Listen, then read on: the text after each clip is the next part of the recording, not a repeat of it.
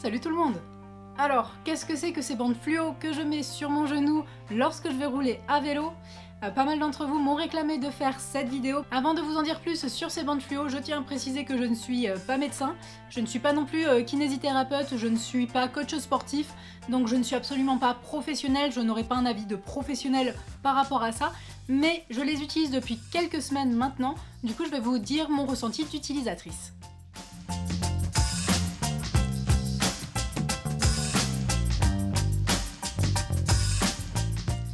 Alors tout d'abord, comment est-ce que ça s'appelle ces bandes? Certains parlent de K-tape, donc c'est une abréviation de kinésio-taping. Certains parlent de strapping musculaire, d'autres de bandes kinésiologiques. On trouve aussi les termes bandes adhésives thérapeutiques ou tout simplement taping.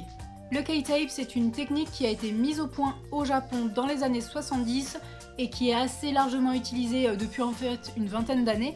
Sauf que ça a été grandement démocratisé ces dernières années parce qu'on a vu en fait fleurir ces bandes fluo sur les corps des sportifs, par exemple lors des Jeux Olympiques ou de grandes courses, etc.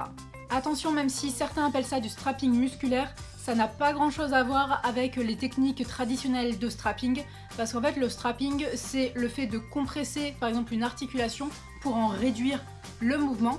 Alors que là, avec le K-tape, le but c'est vraiment en fait de conserver toute l'amplitude du mouvement, le principe étant de garder toute la mobilité sans ressentir de douleur. Donc le K-tape, ce sont des bandes, donc par exemple comme celle-ci, donc ce sont des bandes adhésives élastiques qui sont perméables à l'air et à la vapeur, mais pas à l'eau, elles sont hydrophobes, ce qui permet normalement par exemple de les porter plusieurs jours malgré les douches, etc. Normalement ça doit tenir. C'est pas le cas des miennes parce que je les ai achetées pas cher sur internet et donc la qualité n'est pas ultra top, mais certains parlent du fait de les garder jusqu'à 2 semaines si besoin. Vous pouvez donc en trouver en ligne, il y a plein de sites maintenant qui en proposent, mais aussi évidemment en pharmacie, vous pouvez en trouver de très bonne qualité. Comme vous avez pu le voir sur mon genou, il y a plusieurs couleurs, donc moi j'ai pris des roses et des bleus, juste histoire en fait de varier un petit peu, d'avoir des couleurs différentes, mais les couleurs n'ont en fait aucun impact sur la méthode, etc. En tout cas sur la plupart des marques, les couleurs ne signifient rien de particulier. Elles sont souvent vendues en format 5 cm, comme c'est le cas ici, par 5 mètres, mais vous pouvez aussi en trouver qui sont plus fines, donc qui font 2,5 cm par exemple, et vous en trouvez aussi qui sont conçues en fait en éventail un petit peu, et qui sont spécifiques pour certains groupes musculaires. Par exemple, on les voit souvent sur les cuisses, sur les pectoraux, les abdominaux, etc. Ces bandes de kinésio-taping ne contiennent aucune substance active. Le principe, c'est vraiment que ça fonctionne purement mécaniquement. Donc en fait, ça va fonctionner simplement par le fait d'avoir la bande qui est collée sur la peau. De plus en plus de sportifs utilisent ces bandes, donc on peut se demander à quoi est-ce que ça sert. Selon internet, ça répond à plein de promesses. Ça stimule en fait la circulation, ça soulage les contractions, ça permet de donner du tonus aux muscles, ça réduit les inflammations tout comme la fatigue musculaire, ça corrige la posture, surtout par exemple au niveau des articulations, ça permet d'éviter les blessures ou alors de prévenir une rechute en cas de fragilité, et globalement en fait le but c'est vraiment de diminuer la douleur. Alors est-ce que le K-tape c'est vraiment si miraculeux que ça? Perso, j'aurais un petit peu de mal à juger si le K-tape permet vraiment par exemple d'améliorer la circulation ou d'augmenter le tonus musculaire, etc. Mais le fait est que je l'utilise depuis plusieurs semaines parce que oui, personnellement, sur moi, je vois des résultats.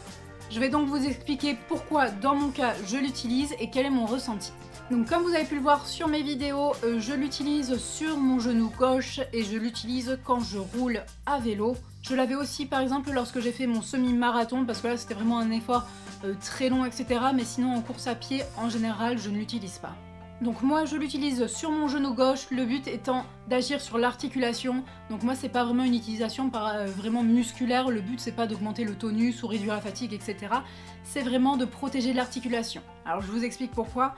Il y a à peu près 3 mois maintenant, j'ai été en fait légèrement blessée au genou. Sur une sortie, j'ai ressenti une très grande douleur d'un coup au genou et tout le reste de la sortie ça me faisait vraiment très mal. Donc je suis allée voir le médecin, donc la médecin m'a diagnostiqué un syndrome patellofémoral qui en gros veut dire que j'ai mal au genou, hein, au niveau de la rotule. L'ostéopathe n'était pas tout à fait d'accord avec ce diagnostic. Pour lui, c'était pas un syndrome, c'était vraiment une petite blessure qui n'avait en fait rien de grave. Donc en gros le remède, comme pour à peu près toutes les blessures, c'était repos. Donc c'était repos quelques temps. J'avais pas besoin de faire un arrêt vraiment complet parce que c'était pas une grosse blessure déclarée. Mais du coup c'est pour ça que je roulais très tranquille et assez peu fin janvier, au mois de février aussi. Le truc c'est que malgré le repos, j'avais toujours une gêne au genou. Et en fait quand j'ai voulu reprendre les sorties un petit peu plus corsées, c'est vrai que la gêne pouvait se transformer en douleur. Donc en fait, ça partait pas vraiment, malgré le fait d'avoir bien respecté tout le repos qui était requis, etc. J'ai donc repris tranquillement les entraînements et certains amis sportifs m'ont dit que pour eux, lorsqu'ils avaient une douleur comme ça en fait qui ne partait pas malgré le repos, les soins, etc. Eux, ils avaient utilisé donc le K-Tape.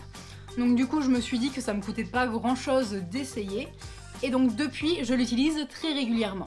Lorsque je ne mettais rien sur mon genou, donc quand je roulais, je sentais une gêne et parfois j'avais une énorme douleur parce qu'en fait, lorsque je faisais un gros effort, j'avais en fait la rotule, je pense, qui se déplaçait parce que d'un coup, ça me faisait très mal, donc à l'appui, quand j'appuyais vraiment fort en fait avec mon quadriceps. Et donc ça, je sentais quelque chose qui se déplaçait, une douleur intense pendant quelques secondes, donc c'était vraiment très gênant. Donc du coup, je me suis mise à mettre du K-Tape sur mon genou. Donc une fois que j'avais commencé à mettre du K-Tape, je l'utilisais systématiquement et vraiment je ne ressentais pas ou vraiment très peu de douleur, vraiment rien de comparable à ce que je pouvais avoir lorsque je roulais et surtout lorsque ma rotule semblait se déplacer. Évidemment, entre-temps, j'ai continué à me remettre de cette blessure. Donc du coup, j'ai testé aussi les sorties sans le K-Tape. Alors quand je fais une petite sortie sans le K-Tape, ça passe. Par contre, je ressens quand même un tout petit peu encore une gêne au niveau du genou. C'est pas douloureux, c'est pas vraiment gênant, mais je sens quand même qu'il y a quelque chose. Alors c'est pour ça que pour les grosses sorties, je continue à en mettre parce que voilà, pour les grosses sorties, si j'en mets pas, c'est vrai que j'ai tendance en fait à me fatiguer un peu plus vite.